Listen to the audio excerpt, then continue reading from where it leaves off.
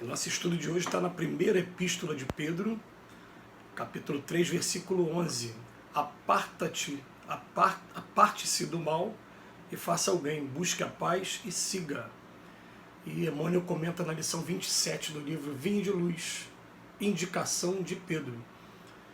A indicação do grande apóstolo para que tenhamos dias felizes parece extremamente simples, pelo reduzido número de palavras, mas revela um campo imenso de obrigações.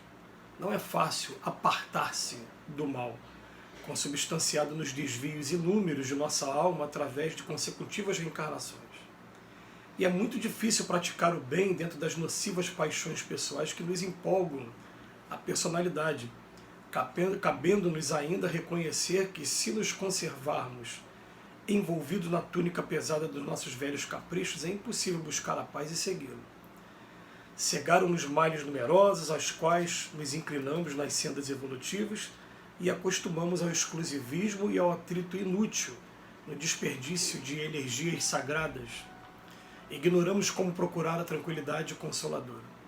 Esta é a situação real da maioria dos encarnados e de grande parte dos desencarnados que se acomodam aos círculos do homem porque a morte física não soluciona problemas que condizem com o foro íntimo de cada um.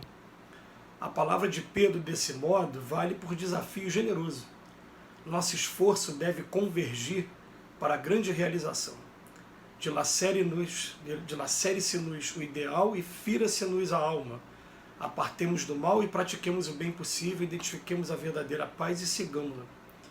E tão logo alcancemos as primeiras expressões do sublime serviço, referente à própria edificação, lembremos de que não basta evitar o mal, e sim nos afastarmos dele, semeando sempre o bem, e que não vale tão somente desejar a paz, mas buscá-la e segui-la com toda a persistência de nossa fé.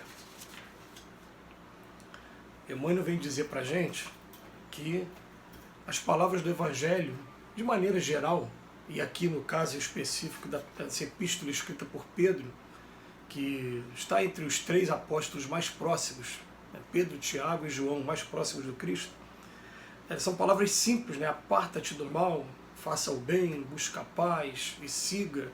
Mas ele vem também reconhecer que o Emmanuel, junto com cada um de nós, ombro a ombro, lado a lado, o quanto é difícil colocar essas palavras em prática devido à nossa própria natureza, ao que a gente vem fazendo ao longo de alguns milênios por aí, né? Que a gente ainda carrega dentro da gente uma parcela muito grande de egoísmo, de vaidade e de orgulho.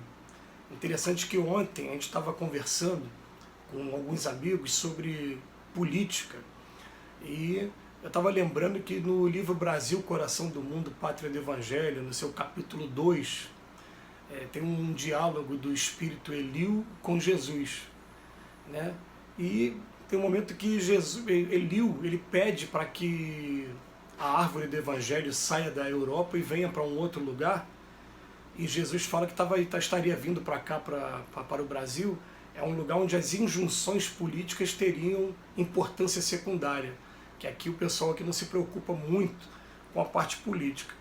Aí peguei um livro do Dr. Hermann, chamado Instruções dos Espíritos, volume 2, no seu capítulo 2, deve ter aí à disposição em PDF. O Dr. Hermann fala para a gente o seguinte, fala que os políticos aqui do nosso país ainda são espíritos vinculados ao Brasil Colônia, ao Brasil Império, e que ainda tem a única e exclusiva intenção de subordinar a opinião alheia à dele. Ele quer agregar pessoas para o interesse dele. E que normalmente a ideia dele é sempre ideia exclusivista para defender seus próprios interesses ou para defender o seu patrimônio, né? Então eu trago essa informação para a gente porque no meio espírita se evita muito falar de política. E quando se vai falar de política, a gente tem que botar na cabeça uma coisa: a gente tem pavor de falar de política porque a gente reconhece que em outras encarnações nós fizemos muito mal, erramos muito nesse campo da política. Então estamos nessa agora, procurando só estudar o Evangelho de Jesus, procurando afinar a nossa vida. Mas você vê que a gente precisa, às vezes, de encarnações inteiras estudando o Evangelho para conseguir afinar alguma coisa, porque é muito difícil alguém conseguir sair daqui dessa vida, chegar ao final da vida com 100% afinado ao Evangelho. O que a gente consegue, na verdade, é ter aprendizados aí ao longo da vida e, dependendo da vontade, da renúncia, a gente modificar bastante o nosso padrão, como aconteceu, por exemplo, com Paulo de Tarso, que começou tirando vidas de cristãos, né? E tem um momento muito interessante, né, na história de Paulo, que é dito o seguinte, né, Estevão fala para Abigail, né, um momento que não está registrado no livro Atos dos Apóstolos, nem nas cartas de Paulo não, está registrado no livro Paulo e Estevão. E ela fala para ele o seguinte, ela fala assim, Estevão fala para ela, para Abigail, fala, olha, muito carinho com Paulo, porque da mesma maneira que ele é apaixonado por Moisés, a hora que ele descobriu Cristo, ele também vai ser apaixonado na mesma medida pelo Cristo.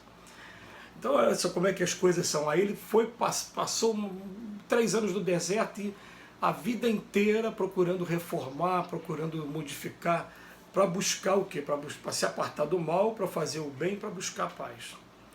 E o Emmanuel fala para a gente, não é fácil porque a gente está consubstanciado nos desvios inúmeros através de consecutivas reencarnações. O peso é muito grande. É como se fosse aqui a nossa existência, um pontinho, a gente está carregando esse livro todo aqui de extensão, em relação a um pontinho, ele está pesando mais do que a gente. Então a gente tem que fazer um esforço muito grande para pensar assim, o que é a paz realmente? O que é a felicidade realmente? Será que quando eu conseguir fazer o meu próximo feliz, eu vou ser mais feliz? Tá, mas qual é o conceito dele de felicidade? Pode ser que o conceito dele de felicidade seja ele ter bastante droga para usar, ele ter bastante recurso financeiro, só da propriedade dele sem dividir com ninguém. Olha como é que é complicado as coisas. Então a gente vai botar na cabeça assim, eu tenho que fazer aquilo que o máximo que eu puder para fazer o melhor de mim mesmo. E o roteiro mais seguro acaba sendo o Evangelho. Então a gente começa usando a nossa parte intelectual para estar pregando a boa nova, como diz aí no jargão mais popular, dentro dos meios cristãos, e procurando fazer o esforço máximo para burilar a gente mesmo, para transformar a gente mesmo, que aí sim a gente vai conseguir de trazer essa paz para a gente, porque ele fala, cegaram-nos males numerosos, a gente traz essas paixões nocivas que fazem tanto mal a gente, né? E no livro dos Espíritos tem uma questão curiosa que fala assim, né, que não existe uma paixão sequer que não tenha origem no egoísmo. Quando eu li isso a primeira vez, eu falei, peraí, uma paixão sequer, um vício qualquer. O vício tem origem no egoísmo? Tem. Eu experimentei aquela comida, aquela bebida, aquela droga, gostei daquilo, agora quero muito para mim, porque é egoísmo, né? Então acaba sendo tudo a raiz no egoísmo. Quanto mais a gente começa a se interessar pela vida espiritual, a se interessar pela nossa conduta e de alguma maneira está levando também, através principalmente de exemplos, né, para as outras pessoas, aí a gente começa a se aproximar dessa paz, né, se afastando do mal. Mas a gente ainda se permite, ainda com muito pouco tempo também, que o mal ainda se mostra ainda muito grande dentro da gente. Estou falando assim no meu caso particular, que eu tenho que fazer um esforço enorme, porque de repente uma discussão com um vizinho, um problema no trabalho, uma coisa, de repente aquele sentimento vem de novo e tem que tomar um cuidado muito grande para policiar as palavras para que elas não saiam. Por quê? Porque na verdade a gente está muito mais impregnado ainda com os nossos vícios, das nossas paixões, do egoísmo, da vaidade, do que dessas verdades do Evangelho. Por isso que a gente hoje não tem a menor dúvida disso. Nós vamos passar essa existência toda até acabar esse corpo físico aqui, estudando o Evangelho. Vai chegar do outro lado da vida, vamos continuar estudando o Evangelho. E se Deus quiser e permitir, a gente vai estar assim, estudando e tendo acesso também nas outras experiências que a gente tiver. A gente precisa de um caminho ainda longo ainda para chegar até o Cristo mesmo. Então ele coloca aqui, nosso esforço deve convergir para a grande realização. Dilacere-nos o ideal e fira-se-nos a alma. Apartemo-nos do mal e pratiquemos o bem possível, identifiquemos a verdadeira paz e seguimos-la. É um desafio para todos nós, porque não tem uma pessoa sequer aqui nesse mundo que não quer ter paz e não quer ser feliz. A única questão é que a gente ainda não conseguiu encontrar o termo correto do que significa ter paz e ser feliz. E o Evangelho é a nossa bússola, é a nossa âncora, é o nosso roteiro.